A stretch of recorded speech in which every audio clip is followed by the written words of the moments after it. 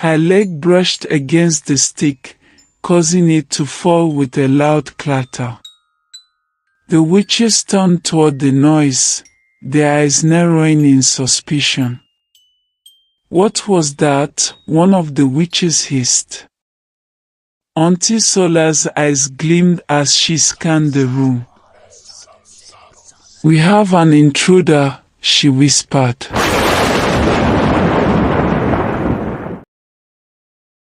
On the 1st of October, 1968, as the Western Nigeria region celebrated Independence Day, young Tola's world crumbled. The vibrant festivities and joyous cries of freedom were drowned out by the sirens that heralded tragedy. 12-year-old Tola had just lost her parents in a horrific motor accident. Overwhelmed by grief, young Tola was sent to live with her grandmother in the quaint village of Iriti, far away from the bustling city she once called home. Tola's grandmother, Mama Aya, was a stern but loving woman. She was respected in the village, known for her love for God and her vast knowledge of herbs and traditional remedies. Despite the warmth and care she received from her grandmother, Tola felt a void that nothing could fill. She cried often, always clinging to the teddy bear her mother had gifted her. As days passed, Tola began to notice strange things about the village. Children would disappear for days, and only a few returned with no memory of where they had been. Some of the children seemed changed, their eyes reflecting a wild, fearful look. Stories circulated that a witch lived deep in the forest, a witch who had the power to transform people and was responsible for the children's disappearances. Determined to know more, Tola decided to investigate. She knew the stories of the witch were more than just tales to scare children. There was something sinister at play, and she felt a strange pull toward the forest as if her destiny awaited her there. One moonlit night, armed with nothing but a lantern and her courage, Tola ventured into the forest. The trees seemed to whisper secrets as she walked deeper into the shadows. Suddenly, she heard a faint sound, a soft squeaking noise. Following the sound, she stumbled upon a clearing where an old, crooked hut stood. The door creaked open, revealing a dimly lit interior filled with cages. Tola's breath caught in her throat. Inside the cages were rats, hundreds of them, their tiny eyes gleaming in the lantern light. As she moved closer, she saw something astonishing.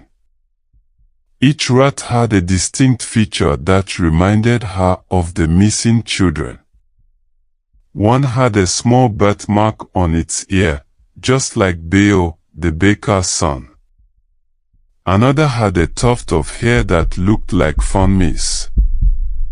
Before she could react, a chilling voice echoed through the hut. "Aha, I see I have a visitor." A tall, gaunt figure emerged from the shadows. It was a woman, her eyes burning with an unnatural light. Tola tried to run, but the witch was too fast.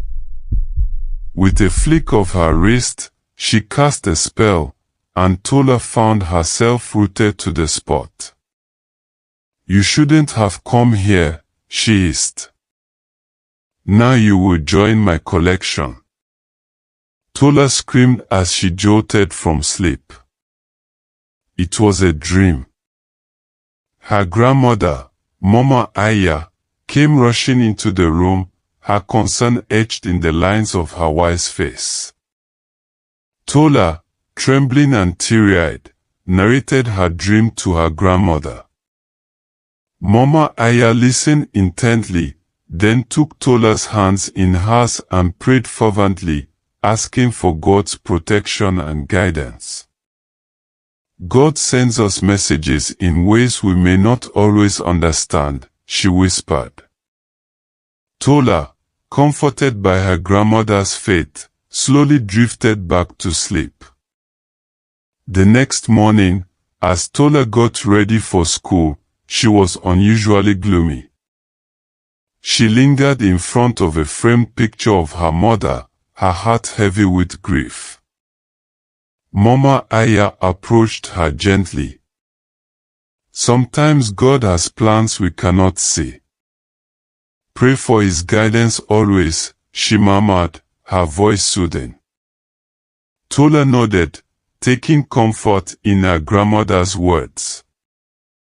Despite the unfairness she felt about her parents' death, Mama Aya's faith gave her a sense of peace. After a quick breakfast, Tola hurried off to school. At school, there was an unexpected change. A new teacher, Miss Bola, was introduced to Tola's class. Tall and striking, with an air of mystery about her, she quickly won over the students, but Tola felt uneasy around her. There was something off about Miss Bola that she couldn't quite place. After school, while her classmates eagerly surrounded Miss Bola, vying for her attention, Tola stayed away, watching from a distance with a wary eye.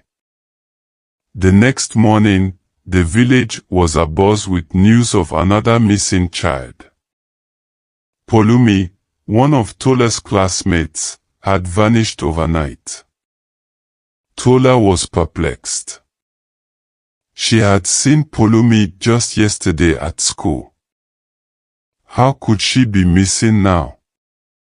That afternoon, while tending to Mama Aya's goats in the backyard, a rat darted past Tola. Startled, she screamed and fell to the ground, but instead of scurrying away, the rat stayed, its tiny eyes fixed on Tola as if trying to communicate. Frightened, Tola ran to her grandmother and recounted the strange encounter. Once again, Mama Aya advised her to pray. Tola, puzzled by her grandmother's insistence on praying over a mere rat, muttered a quick prayer and went on with her chores. As night fell, Tola found herself unable to sleep. The recurring dream of the witch haunted her. Could the witch truly be real? Just then, two rats appeared at her window, squeaking persistently. This time, instead of running away, Tola leaned in closer, her curiosity piqued.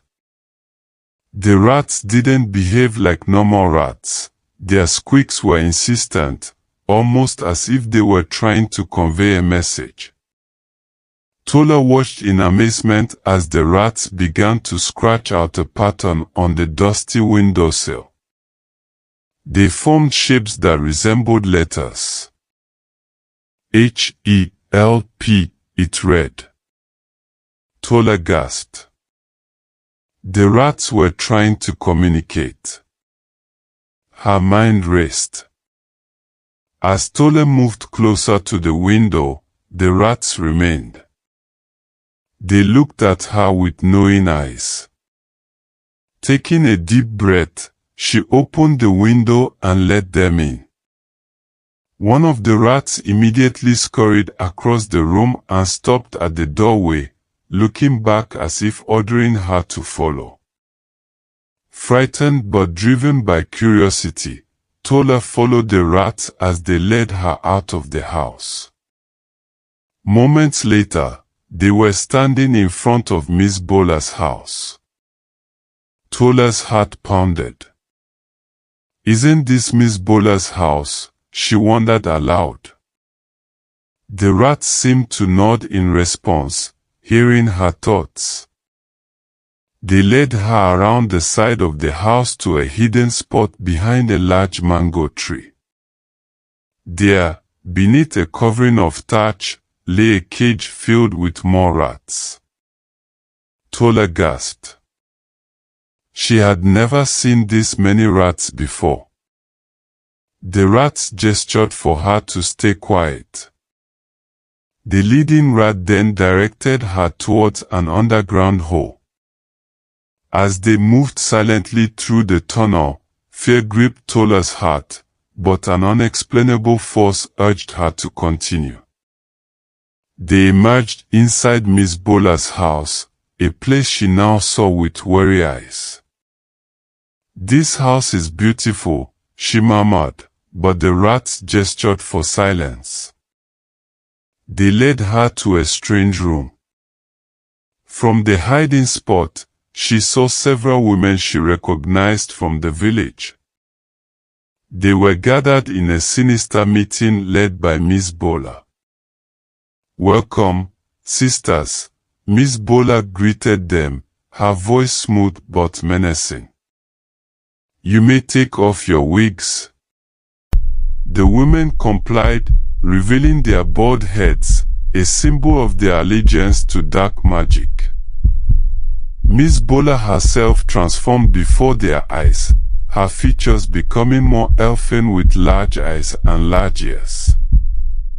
"Welcome to our great meeting," Miss Bola began, her voice echoing in the eerie room. "I commend you all for your excellent work. The people of Ariti think they have a god, but we will frustrate them, crumble their businesses, and turn their children into rats." At this, the witches laughed maniacally. Tola and the two rats watched in horror from their hiding spot. She now understood the message the rats had been trying to convey. The rats were the missing children, and they needed a savior. Miss Bola continued, "Use these sweets to initiate their daughters and turn their sons into rats." She held up a tray filled with colorful candies. The witch's laughter grew louder and more sinister. Tola's fear intensified, and in her trembling, her leg brushed against a stick, causing it to fall with a loud clatter. The room fell silent. The witches turned toward the noise, their eyes narrowing in suspicion. "What was that?" one of the witches hissed. Miss Bola's eyes gleamed as she scanned the room. "We have an intruder," she whispered, her voice dripping with malice. "Find them." Panic surged through Tola. The rats, sensing the danger, quickly led her through another tunnel. They moved rapidly, but the witches were not far behind, their footsteps echoing ominously. Emerging into the forest, Tola knew she had to act fast. She needed to warn Mama Aya and the villagers before it was too late.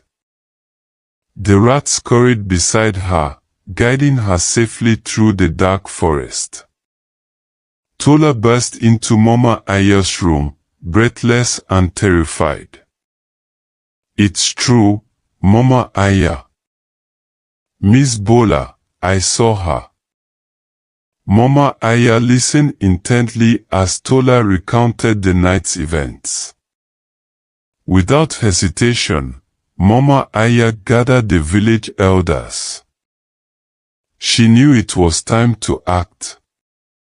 The elders, though skeptical at first, could not ignore the urgency in Mama Aya's voice and Tola's terror. Mama Aya led the villagers in a powerful prayer, invoking God's protection and guidance. Armed with faith and determination, the villagers, along with Mama Aya and Tola, marched towards Miss Bola's house. As they approached, Miss Bola and the witches appeared, their expressions smug and confident.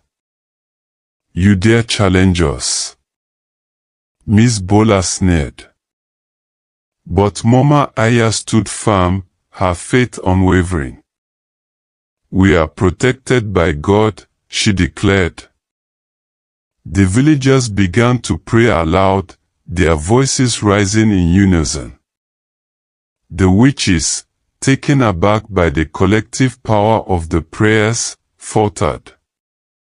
Miss Bola's smug expression turned to one of rage and desperation. She tried to cast a spell, but it fizzled in the air, ineffective against the villagers' united faith. As the prayers intensified, a bright light enveloped the villagers, and the power of God descended upon them. The witches shrieked, unable to withstand the divine force. One by one, they crumbled, their dark magic dissolving into nothingness. Miss Bola, the last to fall, let out a final, blood-curdling scream before vanishing into thin air. With the witches defeated, the rats began to transform back into children. The village erupted in joyous cries as the children reunited with their families. Tola, exhausted but triumphant, hugged Mama Aya tightly. "God is truly great," Mama Aya whispered, tears of relief streaming down her face. The next day, the village held a celebration, not only for their victory over the witches but also for the return of their beloved children.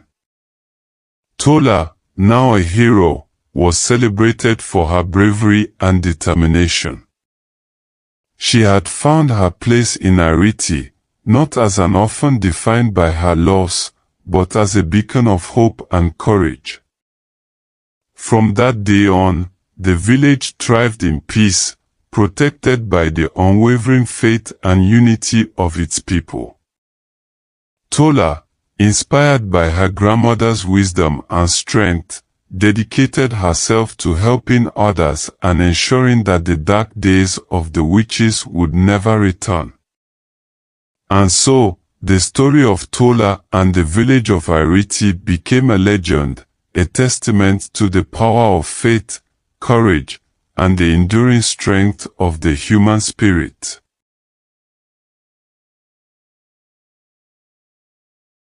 Thank you for joining us on this magical journey.